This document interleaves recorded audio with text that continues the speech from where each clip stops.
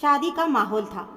एक बड़ा सा बगीचा, रंग बिरंगे बलून, फूलों की महक और संगीत की मधुर लहरियाँ। मेहमान सज धज कर आए थे। हंसी मजाक और तस्वीरों की चमक चारों ओर बिखरी थी। मगर इस चकाचौंध के बीच दो जोड़ी आंखें थीं जो भीड़ में एक दूसरे को ढूंढ रही थी, या शायद छिप रही थी। अंकित और काया, तलाकशुदा दंपत्ति जो 10 साल पहले अलग हो चुके थे, आज एक ही शादी में आमने सामने थे। जब अंकित की नज़र काया पर पड़ी तो उसकी चाल रुक गई। वो अब भी वैसे ही दिख रही थी, पर कुछ बदला बदला सा था। पहले की सी चमक अब उसकी आंखों में नहीं थी, और उसके कपड़े भी अब उतने महंगे नहीं थे।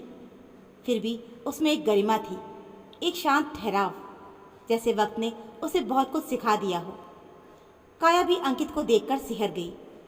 सालों बाद वो उसे देख रही थी।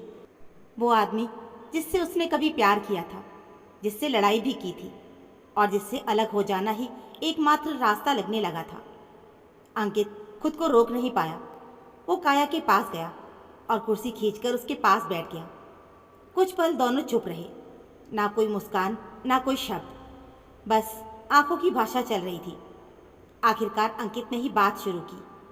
कैसी हो? काया ने थोड़े अभिमान, थोड़ा दिखावा मिलाकर जवाब दिया। मज़े में हूँ। दूसरी शादी को 9 साल हो गए हैं, 2 बच्चे भी हैं। अंकित ने उसे गौर से देखा। काया की आंखों के नीचे हल्के से काले घेरे थे। शरीर दुबला हो गया था। पहले जैसी नमी, वो मासूम मुस्कान अब नहीं थी, लेकिन वो झूठ बोल रही थी। अंकित को ये महसूस हो रहा था। तुम कैसे हो? और हमारा अंकुर कैसा है? काया ने बात बदली। अंकित ने भी मुस्कान ओढ़ ली। मैं भी मज़े में हूँ। दूसरी शादी को 6 साल हो गए हैं, एक बेटी है, और अंकुर अब 9वीं में है। बहुत होशियार हो गया है। मेरी पत्नी भी बहुत अच्छी है। काया ने जवाब में कुछ नहीं कहा। बस उसकी आंखें पल भर के लिए चमकी और फिर बुझ गईं। वो चाहकर भी अपने भीतर की जलन को चेहरे पर नहीं आने देना चाहती थी, लेकिन अंकित ने देखा और महसूस किया। थोड़ी देर के लिए दोनों फिर से चुप हो गए। शादी की बाकी रस्मों में दिन भर दोनों टकराते ही रहे, मगर बात नहीं कर पाए। वक्त ने दोनों के बीच एक ऐसी दीवार खड़ी कर दी थी जिसे गिराने के लिए हिम्मत चाहिए थी, वो हिम्मत जो कभी दोनों में नहीं थी। शादी खत्म होने को थी। लोग धीरे धीरे विदा ले रहे थे। काया अपना बैग समेट रही थी कि तभी अंकित फिर उसके पास आया। एक बात कहूँ? क्या? काया ने पूछा।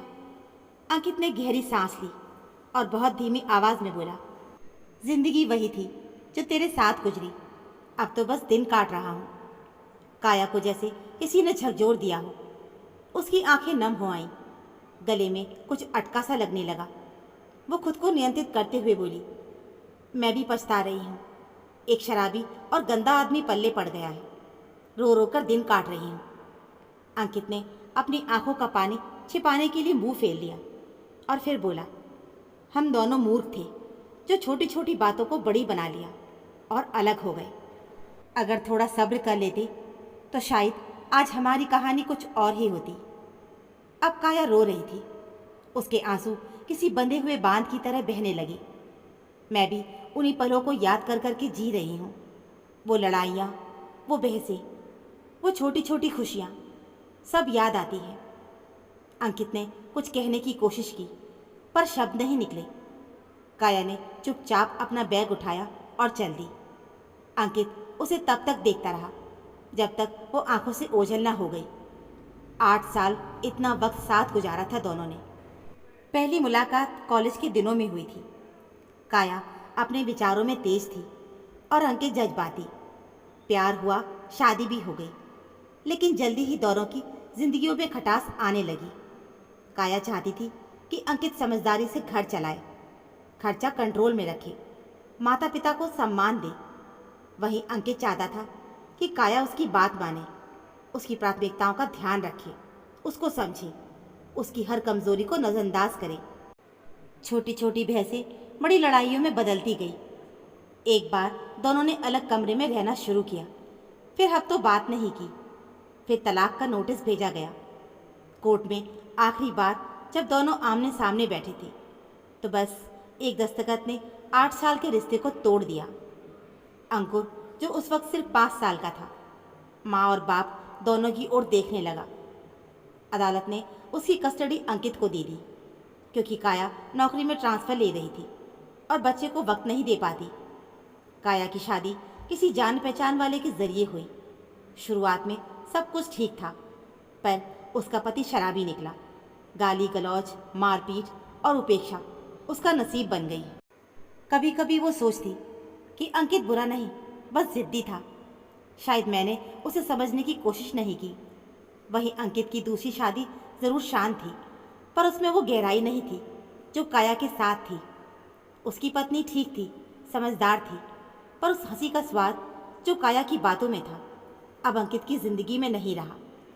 अंकित ऑफिस जाता, घर आता, बेटी को पढ़ाता और रात को अपनी पुरानी तस्वीरें देखता।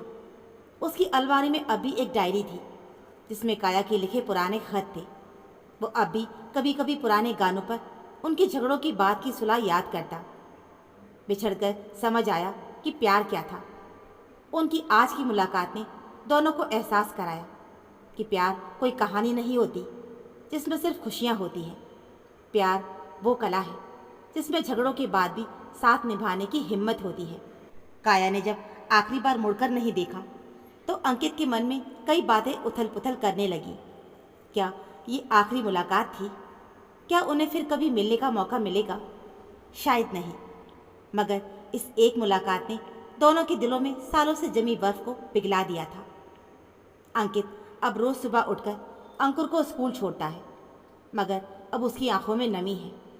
काया जब अपने पति की ताने सुनती है तो खुद को शीशे में देखकर फुसफुसाती है, काश थोड़ा सब्र कर लिया होता।